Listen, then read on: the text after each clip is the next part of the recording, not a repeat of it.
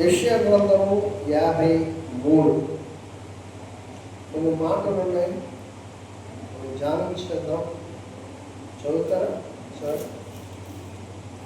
1 నుంచి మేము తెలియజేసిన సమాచారం 53 మేము తెలియజేసిన సమాచారం ఎవడు ఎవడు నమ్మెను? నమ్మును? యెహోవా బాహువు యెహోవా బాహు ఎవరికి బయలుపరచబడెను? ఎవరికి బయలుపరచబడును? లేత మొక్కల వలెను, లేత మొక్కల వలన ఎండిన భూమిలో మొలిచిన ఎండిన మొక్క భూములో మొలిచిన మొక్కల వలన అతడు అతడు ఆయన ఎదుట పెరిగెను. ఆయన ఎదుట పెరిగి అతనికి స్వరూపమైనను అతనికి స్వరూపమైనను సొగసైనను లేదు. సొగసైనను లేదు. మనం అతన్ని చూసి మనము అతన్ని చూసి అపేక్షించినట్లు అపేక్షించినట్టు అతని యందు అతని యందు స్వరూపము లేదు. స్వరూపము లేదు. అతడు అతడు తృణీకరింపబడినవాడు. పునీకరింపబడిన వాడు ఆయన ఆయన మనుషుల వలన మనుషుల వలన విసర్జింపబడినవాడు. విసర్జింపబడిన వాడును వ్యసనాక్రాంతుడుగా వ్యసనాక్రాంతుడిగాను వ్యాధిని అనుభవించిన వ్యాధులను అనుభవించిన వాడిగాను మనుషులు మనుషులు చూడగలిగిన వాడిగాను ఉండేది. అతడు అతడు తృణీకరింపబడినవాడు తునీకరింపబడిన వాడు గనుక కనుక మనం అతనిని మనం అతన్ని ఎన్నిక చేయకపోతే చేయకపోతే నిశ్చయముగా అతడు నిక్షేపంగా అతడు మన మన రోగములను భరించి వ్యసనములను వహించి మన వ్యసనములను వహించి ఆయనను ఆయనను మొత్తబడిన వాడుగాను దేవుని వలన దేవుని వలన బాధింపబడిన వాడుగాను శ్రమ నొందిన వానిగాను శ్రమ నొందిన వాడుగాను మనం అతన్ని మనం అతన్ని ఎంచుతుంది. మన అతిక్రమ క్రియలను బట్టి మన అతిక్రమ క్రియలను బట్టి అతడు అతడు గాయపరచబడి మన గాయపరచబడి దోషములను బట్టి మన దోషములను బట్టి నలుగగొట్టబడెను. నలగొట్టబడి మన మన సమాధానార్థమైన శిక్ష సమానార్థమైన శిక్ష అతని మీద పడెను. అతని మీద పడి అతడు పొందిన దెబ్బల చేత అతడు పొందిన దెబ్బల చేత మనకు మనకు స్వస్థత స్వస్థత కలుగుచున్నది. కలుగుచుండును. ఆమేన్. హల్లెలూయా. హల్లెలూయా. హల్లెలూయా. ప్రియులారా, చదువుకున్నది యెషయా గ్రంథము 53వ అధ్యాయం. ఈ మాటలు, ఈ అధ్యాయం అంతా కూడా యేసుక్రీస్తు ప్రభువును గూర్చిన మాటలు.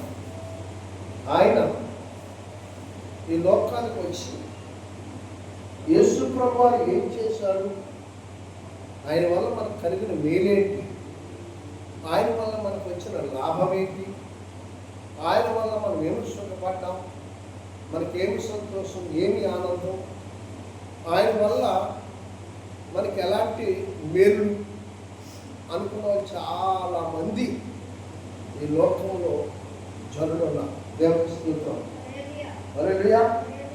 ఎప్పుడు ఎదటి వ్యక్తి నుంచి ఏదో ఆశించడమే తప్ప ఎదటి వ్యక్తికి ఏ విధమైన వ్యక్తి, ఎలా వాడు, ఆయన ఏంటి అన్నది తెలుసుకోవాలి. అలాగే ఎదటి వ్యక్తికి ఎలాంటి సహాయం చెయ్యం. ఎందుకంటే ఒకవేళ ఉన్నా మనం చెయ్యం, కానీ ఒకటి మాత్రం ఖచ్చితంగా చేస్తాం.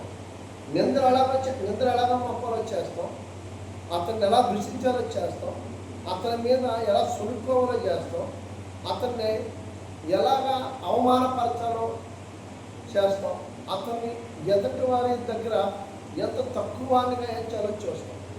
ఇది మాత్రం చేస్తాం. కానీ ఒక వ్యక్తి నా కొరకు మేలు చేయలేదని అతన్ని మనం తక్కువగా చూడము. నిజంగా ఆ నర్సపదంగానే ఉంటుంది. దేవుడికి స్తోత్రం కలుగుగా. ప్రియులారా, నీకు చేయకపోవచ్చు, కానీ చేస్తాడు. ఎప్పుడంటే నువ్వు ఆయన మీ దగ్గరికి వస్తే నీకు కూడా చేస్తాడు. నీకు చేయుడని కాదు, కానీ నాకు చేయలేదని అంటూ వాళ్ళు చాలామంది ఉంటారు. చూసారా, వారు తెలుసుకోవాలంటే ఏంటంటే నీకు అవసరం లేదేమో, నీకు చెయ్యకపోవచ్చేమో, కానీ నీకు ఒక్కడికే చేయలేదు. కానీ సృష్టిలో 99 మందికి చేశాడే. హల్లెలూయా. నీ ఒక్కడి కోసం ఏమీ చేయలేదనేసి నువ్వెంత గింగిరి పెట్టుకున్నా, ప్రజల్ని మబ్బు పెట్టిన, ప్రజల దగ్గర నువ్వు నేను గొప్పవాడిని అనిపించుకున్నా, నీ కొరకు ఏమాత్రము అతని వల్ల నాకు లాభం లేదని నువ్వు అనుకున్నా, నువ్వు అనుకోవడం తప్ప నిజానికి నీకు కూడా ఆయన మేలే చేస్తుంది. దేవునికి స్తోత్రం. 99% కాదు ఆయన చేసింది, 100కి 100%, 100 మందికి కూడా చేశాడు. అందులో నువ్వు కూడా. దేవునికి స్తోత్రం.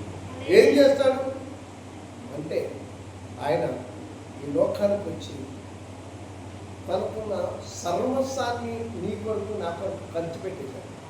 హల్లెలూయా. హల్లెలూయా. తనకు ఏదైతే సర్వస్వం ఉందో గమనించండి. ఒక వ్యక్తి ఎప్పుడు కూడా తనకున్న సుఖభోగ్యాలు కానీ, తనకున్న ఆశలు కానీ, కోరికలు కానీ, తనకున్నటి సంతోషం కానీ, ఆనందాన్ని కానీ, తనకున్నటి హ్యాపీనెస్ కానీ ఎక్కడ వదులుకోవడానికి ఇష్టపడ, ఎవరికి దాన్ని దారిపోయడానికి ఇష్టపడ. ఎందుకు ఇష్టపడ్డంటే అవతల వ్యక్తి ఎలా పోతే నాకెందుకు, ఆయన ఏమైపోతే నాకెందుకు, నేనెందుకు ఆయన కోసం శ్రమపడాలి, నేనెందుకు అతని కోసం నేను సమయం వెచ్చించాలి, ఎందుకు నేను ఆయన కోసం వృధాగా కాలాన్ని గడపాలి అని ఆలోచించేవారు ఎక్కువ శాతం, దగ్గర నాకు తెలిసి ఒక 90% మనం దేవునికి స్తోత్రం హల్లెలూయా. అలా ఆలోచించాలి. ఎందుకంటే అవతల వ్యక్తి ఎలాంటి పర్సనో మనకి తెలియదు కనుక తెలుసుకోవాలి మనసు కూడా వాళ్ళకి ఉండదు. తెలుసుకోవడం ప్రారంభిస్తే ఆ 90 మంది కోసం కూడా ఆయన చేసే కార్యం ఏంటో తెలుస్తాను. దేవునికి స్తోత్రం. నువ్వు తెలుసుకునే ప్రారంభించలేనప్పుడు ఆ 90% మందికి కూడా అర్థం కాదు. వాళ్ళు అజ్ఞానులు అన్నారు, అందుకే వాళ్ళు భక్తిహీనులు అన్నారు, అందుకే వాళ్ళు గర్వాంధులు అన్నారు, వాళ్ళ అహంకారులు అన్నారు, గర్విష్ఠులు అన్నారు. ఎందుకన్నాడు తెలుసా ఆయన? వారు మూర్ఖుల మూర్ఖతరం వారులారా అన్నారు. సర్ప సంతానమా, దేవుడు వారికి స్వర్ణం కొట్టిన సమాధులారా. చాలా ఆ మాటలు, అసలు ఆ మాటలకు ఉన్న అర్థం ఏంటంటే సమాధి కలదు అది.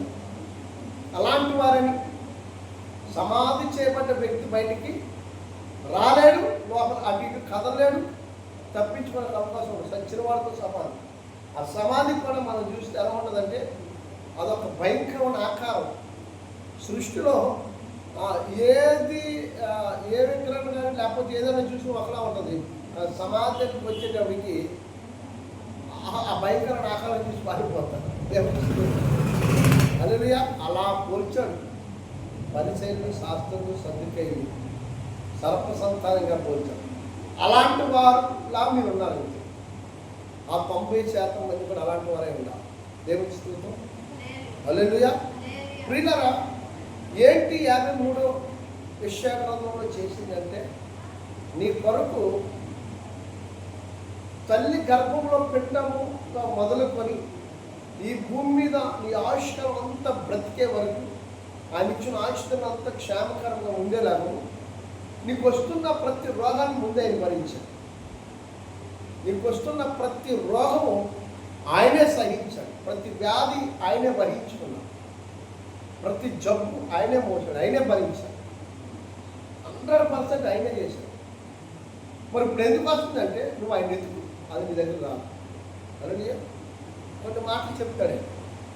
యజ్ఞమాకాండం 26లో 15వ వచనంలో కూడా చెప్తాడు, ఐగుప్తులో కలిగిన ఏ రోగము ఇక మీ మధ్యన రాదు, మీ దేశమును స్వస్థపరిచి మిమ్మల్ని బాగు చేసే యెహోవాను నేను. ఇదే మాట ద్వితీయోపదేశకాండం 8వ అధ్యాయంలో కూడా చెప్తాడు. దేవునికి స్తోత్రం. దేవుడు ఏ నిబంధన అయితే ఇశ్రాయేలు ప్రజలతో చేస్తాడో ఆ నిబంధన నీతో కూడా చేశాడు. దేవునికి స్తోత్రం.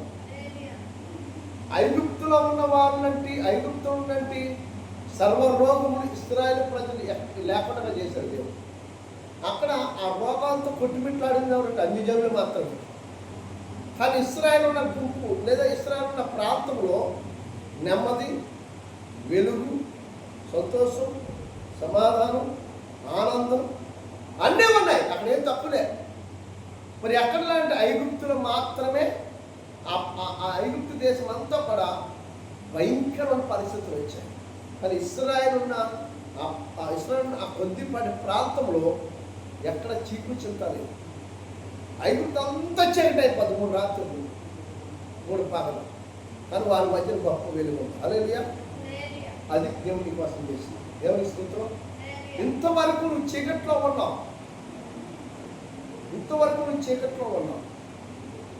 ఇప్పుడు చీకట్లోంచి నువ్వు వెలుగులో తీసుకొచ్చావు. నువ్వు వెలుగని నమ్మితే, ఆ వెలుగును వెంబడిస్తే, ఆ వెలుగు నీ కొరకు ఏం చేస్తుందంటే నీలో ఉన్న చీకటిని తొలగించి, నీలో ఉన్న రోగాన్ని తొలగించి, నీలో ఉన్న వ్యాధులన్నిటి నుంచి విడిపించి, ఏమాత్రము కూడా నీ దేహంలో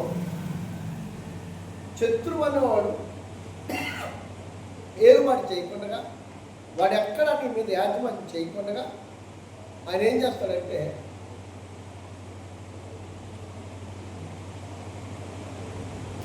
తన రక్తం వచ్చందా నేను కడుగుతాడు. నువ్వు వస్తే ఇంతవరకు ఎలా ఉన్నావో తెలియదు, కానీ నువ్వు వచ్చిన మరుక్షణమే ఆయన మొదట చేసిన కార్యం ఏంటో తెలిసిన ఏడవ ఆయన రక్తంలో కడగడం. ఎందుకంటే ప్రతి ఒక్కరిని పరిశుద్ధంగా చూడాలని ఆయన ఉద్దేశం. రెండో కార్యం ఏంటో తెలుసా, ఆయన నీ దగ్గర నీలో చూడవలసింది నీలో ఉన్నట్టు వినయ భావ విధేయత, లోబడి తత్వాన్ని అది నేర్పించడము, వాక్యము నీకు ఇవ్వడం, పరిశుద్ధ గ్రంథాన్ని నీకు ఇవ్వడం. మూడవదిగా ఆయన నీకేమి కావాలో, నీకేది అవసరమో నా దగ్గర అడిగి పొందుకని ప్రార్థన నేర్పించడం. దేవుని స్తోత్రం. హల్లెలూయా. కేవలము నీ జీవితం రక్తంలో కడగబడి వాక్యం చదివి నీకు కావాల్సిందల్లా ప్రార్థన ద్వారా పొందుకొని అలాగే ఉండిపోవద్దు. నీవు అనేకమైన సత్యాలు యేసుక్రీస్తు ప్రభువారిని దేవుడని చెప్పుకున్నట్టు ఆ దేవుడుతో ఉన్నట్టు ఆ అనుభవాలు కలిగినట్టు వారు, నీకంటే ముందున్నట్టు వారు నిజముగా రక్షకుడే. ఎలా రక్షకుడు, ఎందుకు రక్షణ పేరు వచ్చింది, ఎందుకు దేవుడు గారిని ముద్రించబడ్డాడు అని నువ్వు తెలుసుకోవడానికి నీకు ఒక సావాసం కావాలి. ఆ సావాసమే నీ తోటి జత పనివారు సావాసం కూడా దేవుడికి ఇస్తాడు. అక్కడ కూడా నేను సిగ్గుపరచను. దేవుడి స్తోత్రం. పౌలు గారికి ఆ సావాసాన్ని ఇచ్చాడు. పౌలు గారికి బర్నబా ద్వారా పేతురు గారు పరిచయం చేసి అపోస్తులు కలిపి అపోస్తుల్లో నేను ఒకడు అన్నాడు. దేవుడి స్తోత్రం. హల్లెలూయా. దేవుడు నీ భక్తిలో నుంచి నువ్వు మళ్ళీ లోకంలోకి వెళ్ళిపోకుండా నీకు ఒక మంచి సవాసాన్ని ఇవ్వటం ఆయన చేసేది. దేవుని స్తోత్రం. హల్లెలూయా. ఇలాంటి చేసే కార్యాలు ఎన్నో దేవుడు ఈ సవాసంతో సరిపెట్టి ఆపిలేదు. ఏం చేశాడో తెలుసా, నువ్వు ఎక్కడ పరిచర్యకి వెళ్తున్నావో నీ భక్తి జీవితంలో నువ్వు చేస్తున్నట్టు ప్రార్థన, పరిచర్య, సేవలో నీ ద్వారా దేవుని కార్యాలు జరిగిస్తాను. అంటే దాని అర్థం ఏంటో తెలుసా, అటు దేవుని నామం హెచ్చించబడుతూ దేవుడిని కనపరుస్తుండే అన్ని జనులు. అది గొప్ప భాగ్యమే. ఆ ఘనత కూడా దేవునికి ఇచ్చాడు. దేవుడు నిన్ను తునీకరించబడిన వాళ్ళందరినీ ఆరు నోటుతోనే నిన్ను కనపరచబడిగా చేస్తున్నాడు. ఆ మధ్య కార్యాలు చేసి మోషేని తునీకరించారు. ఐగుప్తుని మధ్యనే దేవుడు మోషే నోటి నుంచి అనేక కార్యాలు చేశాడు. అదే ఐగుప్తుని మోషేని గొప్పవాడాలి. దేవుని స్తోత్రం. హల్లెలూయా. కాబట్టి యేసుక్రీస్తు ప్రభువారు 53వ అధ్యాయం అంతా ఆయన గురించి రాశారు. ఆయన యవ్వన దచ్చి 33.5 సంవత్సరాలు. అందుకే లేత మొక్క వలనే అన్నాడు.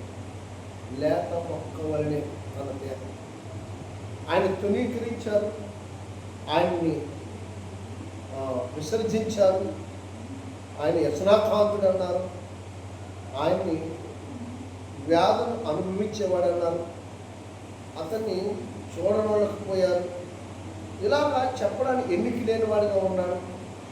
నిజం చెప్పాలంటే ఆయన పట్ల జల్లుకునంటి చెడ్డ స్వభావం. కానీ కిందకు వచ్చాక 4వ వచనంలో చెప్తాడు, నిశ్చయంగా అతను మన రోగములను భరించెను, మన వ్యసనములను వహించెను, ఆయనను మెత్తబడిన వాడు గాను, దేవుడు మనం బాధింపబడిన వాడు గాను, శ్రమనందుని వాడు గాను, మనం అతన్ని ఏం చెప్పని మన అతిక్రమ క్రియలు బట్టి అతను గాయపరచబడును, మన దోషమును బట్టి నల్లబట్టబడును, మనకు సమాధానాత్మక శిక్షను అతని మీద పడును, అతను పొందిన దెబ్బల చేత మనకు స్వస్థత. ఇంతకన్నా చదివితే పిల్లరా మనం దారి తొలిగిపోయాం. ప్రభు మనల్ని గొర్రెలా పోల్చాడు. ఆయన పోల్చుకున్నాడు, ఇదిగో లోక పాపం మోసుకొని పోవచ్చున్న దేవుని గొర్రె పిల్ల అని చెప్పి ఎక్కడికి వచ్చేటప్పుడు అంటున్నాడు, మనం అందరం ఈ గొర్రెల వల్లే త్రోవ తప్పిపోతుంది. 6వ వచనం. హల్లెలూయా, దేవునికి స్తోత్రం. ఆ కిందకు వస్తే 7వ వచనం, అతడు దౌర్జన్యమందును వధింపబడిన, అతను బాధింపబడిన, అతను నోరు తెరవలేదు, వదకు తేబడిన గొర్రె పిల్లవలి వచ్చి కత్తిరించి గొర్రెలు మౌనంగా ఉండినట్టు అతను నోరు తెరవలేదు. చూసారా, ఆయన పోల్చుకున్నాడు, మనం అలాంటి వాళ్ళని పోల్చాడు. అంత దీన స్వభావము కలిగిన మనల్ని ఈ లోకాధికారి ఏం చేశారంటే లోకములు మనం తీసుకొని లేనిపోయిన అలవాట్లన్నీ నేర్పించి దేవుడికి దూరం చేసి ఇదే సంతోషం, ఇక్కడే ఆనందం, దీని మించిన గొప్ప ఆనందం, అనుభవం, రుచులు, కోరికలు ఇంతకు మించి మానవుడు ఏది అనుభవించే అవసరం లేదు, ఇదే జీవితం, బా నా జీవితం చాలా బాగుంది, ఎంత గొప్పగా ఉంది, ఎంత సంతోషంగా ఉంది, మన ఇష్ట సౌఖ్యముతో అంటే మన ఇష్ట సుబుద్ధిని ఆధారం చేసుకొని వ్యభిచారం, తాగు, సిగరెట్, మందు, బీడి, దరిద్రం నోటి నిండా వేసుకోవడం, ప్రతి దరిద్రాన్ని మత్తు మందులు, గంజాయి, ఇవన్నీ మానవ దేహాన్ని, మనసును పాడు చేసి ఒకరి మీద ఒకరు చెప్పుకోవడం, సొలుపుకోవడం, దూషించుకోవడం, తిట్టుకోవడం, చూసి ఓర్చుకోలేకపోవడం, అసూయపడడం, గర్వించడం, ఇవన్నీ దేవునికి విరోధమైన పనులు చేసుకోండి. ఎవడంటే వాడే ఈ లోకాధికారి, నాశన పుత్రుడు, దుష్టుడు. ఈ దుష్టుడి చేతిలోకి వెళ్ళిపోయాం. దుష్టుడి చేతిలోకి వెళ్ళిపోయి ఎవడైతే చెప్తాడు మాటిని ఆ పని చేయకూడదు చేసి మరి చేసేసి అందులోకి మత్తులైపోయాం. అందుకే కొంతమంది దేవుని సన్నిధిలో భాషతో మాట్లాడుతూ అపోస్తలుల 2వ అధ్యాయంలో మీరు మత్తులై ఉన్నారన్నారు. అంటే వాళ్ళు మత్తులు కాబట్టి అబుద్ధి ఇంటికి వచ్చింది. పేతురు గారు వెంటనే నిలిచి, పొద్దుజామైనా కాలేదు, వారు మత్తులు కాదు, ఏవేలు ప్రభుత్వం పలికిన మాట మీరు వినలేదా, పరిశుద్ధాత్మ దేవుని వారి మీద ఉన్నారు. హల్లెలూయా, దేవుని ఆత్మచేత మనం ఉన్నారో. ఇదే మాట సమూయేలు మొదలయ్యింది. సమూయేలు గ్రంథంలో కూడా మొదటి సమయంలో కూడా ప్రవక్తగా ఏలియా దైవజనుడు అన్నానంటాడు, మత్తురాలవై మద్యం సేవించి వచ్చి మందిరంలో మీ ఆత్మ నింపుకున్నాను. లేదు నా వాడా, నా ఆత్మను ప్రభు సన్నిధిలో. ఇది అంటే వాళ్ళకి మనకి తేడా చాలా ఇచ్చేసుకుంటారు. అలాగా మత్తులైపోయారు వాళ్ళు. సినాయి పర్వతం ఎంత భయంకరమైన జీవితాలు జీవించారు, నినియా పట్టణం ఎంత భయంకరమైన పరిస్థితులు కలిగి ఉన్నారు. నోవాహు దినాల్లో మనం చూస్తే ఎలాంటి పరిస్థితులు కలిగాయి. ఇవన్నీ శత్రువులు వారిని దేవుడి దగ్గర నుంచి మన దారి తొలగించి దేవుడికి దూరం చేసి వాడు ఎలాగ నరకాలను పోతాడు. వెళ్తూ కొంతమందిని తీసుకెళ్ళిపోవడానికి వాడు ఇలాంటి ఆశలు, కోరికలు చూపించి వారిని దారి తప్పించి. ప్రియ సహోదరి సహోదరుల, వీటిని ఒక్క నిమిషం ఆలోచన చేసి, పరిశుద్ధ గ్రంథం ధ్యానం చేసి, ప్రార్థన చేసి నువ్వు ఒక్కసారి మనసు పెడితే నీ మార్గం, నీ త్రోవ, నువ్వు వెళుతున్న ప్రయాణం, నీ ఆత్మీయ జీవితం, నీ భక్తి, నీకున్న ఏదైనా సరే మనసు పెట్టి నువ్వు ఆలోచిస్తే నువ్వు ఒక మంచి స్థితిలో ఉన్నావా, లేదు ఈ లోక సంబంధమైన పరిస్థితులు కీడులో ఉన్నావా, నీ జీవితం మేలుగా ఉందా, కీడుగా ఉందా, పరిశుద్ధంగా ఉందా, అపవిత్రంగా ఉందా, ఇవన్నీ మనం ప్రశ్నలు వేసుకున్నప్పుడు మనకు అర్థమవుతుంది. ఇది కాదు జీవితం, నా జీవితం పని అదే అనుకున్నాను. నేను ఎంతవరకు చేసింది, ఎంతవరకు బ్రతుకు అసలు బ్రతికే కాదు. నిజంగా చెప్తున్నాను, నేను బ్రతుకు అది కరెక్ట్ కాదనిపించింది. నేను ఎక్కడైనా గుడి లేదు, వెళ్ళలేని ఆశ్రమం లేవు, ఎక్కడైనా కొండలు లేవు, తిరగలేని యాత్రలు లేవు, ఎన్నెన్నో చేశాను. మాలలు వేస్తా 24 గంటలు నేను ఉంటున్న స్థలంలో వేరే ధ్యాస ఉండేది కాదు. ఇలాంటి పరిస్థితులు నేను ఏం కోరుకుంటున్నాను, ఎలా ఉంటున్నానో చూసినప్పుడు నా చుట్టూ ఒక నరకమే ఉందనిపించింది. నాకు కలిగిన బాధలు, ఆ నరకాన్ని నుంచి విడిపించగలిగిన వాడు ఎవరున్నారు అన్వేషణ చేసినప్పుడు నజరేయుడైన యేసు నాకు పరిచయం అయ్యాడు, ప్రత్యక్షమయ్యాడు, నన్ను పిలిచాడు. ఇదిగో ఈ స్థానంలో వచ్చాడు. ఆయన ప్రత్యక్షత, ఆయన గొప్పతనం ఏంటంటే ఎన్నిక లేనంటి వారిని తీసుకొచ్చి ఎన్నికైన వారి జనాంగం మధ్య, వేల జనం మధ్య నిలబెట్టడమే నీకు ఇచ్చిన గొప్ప ప్రత్యక్షత. ఇంతకంటే నీకేమి వాళ్ళు లేవు. నేనే కాదు, నువ్వు ఆయన ఎదురు సాగలపడి, నువ్వు ఆయన వెంబడిస్తే నాకంటే గొప్ప స్థానంలో నేను నిలబడి. దేవుని స్తోత్రం.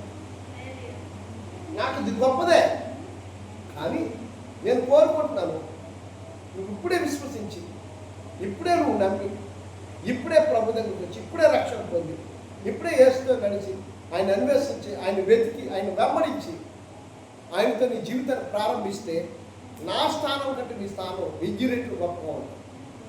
నువ్వు చూడు, ఆ ఫలాన్ని నువ్వు అనుభవించగలవు. చాలా గొప్ప ఉంటుంది ఆయన ఇచ్చే ప్రతి ఫలము, ఆయన ఇచ్చే ప్రతిదీ కూడా గొప్పగా ఉంటుంది. ఆయన చేసే ప్రతి కార్యము కూడా అనేకుల కంటే హెచ్చుగా ఉంటుంది. నీ ఎడ దేవుని స్తోత్రం.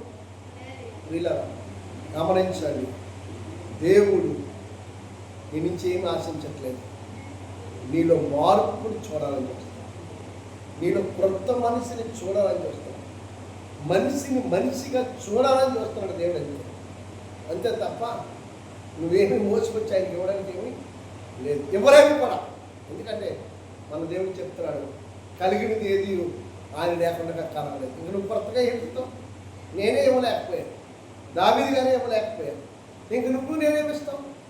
కాబట్టి అది కాదు. నువ్వు ఇచ్చి చూడు, నీ జీవితంలో నువ్వు తీసుకోవాలి తప్ప ఆయనకేమి ఇవ్వలేదు.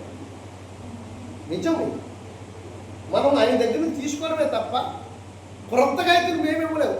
ఒకవేళ ఇస్తే ఆయన ఇచ్చిన దాంట్లో ఇచ్చేది ఇవ్వాలి, అంతే. అంతేగాని కొత్తగా నువ్వు సృష్టించడానికి, కొత్తగా నువ్వు తయారు చేయడానికి, కొత్తగా నీకు జ్ఞానం కానీ, కొత్త విషయాలు కానీ, ఇది నేను దేవుడికి కొత్తగా ఇస్తానని చెప్పుకోవడానికి అయితే ఏమీ లేదు.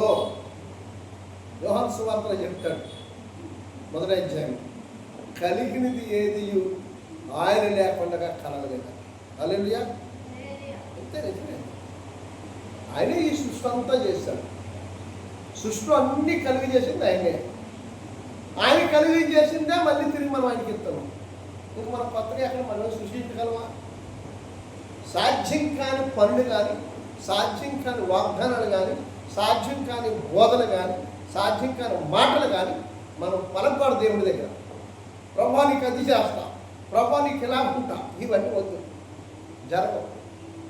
అని ఒకటి మాత్రం సత్యం ఏంటంటే, ఆయన వెంబడిస్తే ఆయన నీకు ఇచ్చిన దాంట్లో నీ దగ్గర కోరుకుంటుంది ఏంటంటే, ఎల్లప్పుడూ ఆయన బలిపెట్టించేస్తా.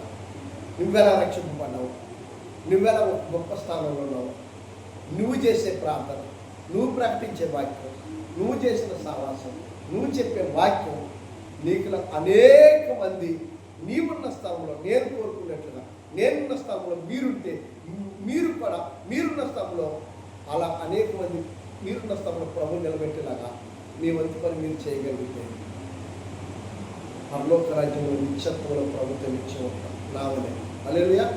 నిజంగా మనం ఉంటాం. దేవుని స్తోత్రం. నేను నమ్ముతున్నా.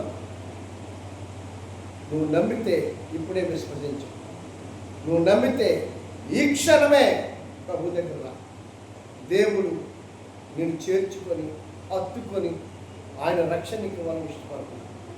ఇప్పుడే ఆయన నీ పాపాన్ని, నీ దోషాన్ని, నీ శాపాన్ని ఆయన రక్తం చేత, తన అద్వితీయ కుమారుడు యేసుక్రీస్తు రక్తం చేత కడిగి నేను పరిశుద్ధునిగా చేసి పవిత్రునిగా చేసి ఈ రాత్రి నుండి దర్శించి నీతో మాట్లాడి కౌగిటిని చేర్చుకొని ముద్దు పెట్టి చిన్న కుమారుడు మెడ మీద పడి ముద్దు పెట్టుకునేట్టుగా నిన్ను ముద్దు పెట్టుకొని నీ చేతికి దైవ గ్రంథాన్ని ఇచ్చి ఇది ప్రకటించమని చెప్పి ఇర్మియా వలె, ఏజ్కేలు వలె, నరపుత్రుడా ఇది నువ్వు భక్షించమని చెప్పినట్టుగా నీ చేతిలో పెడతాను.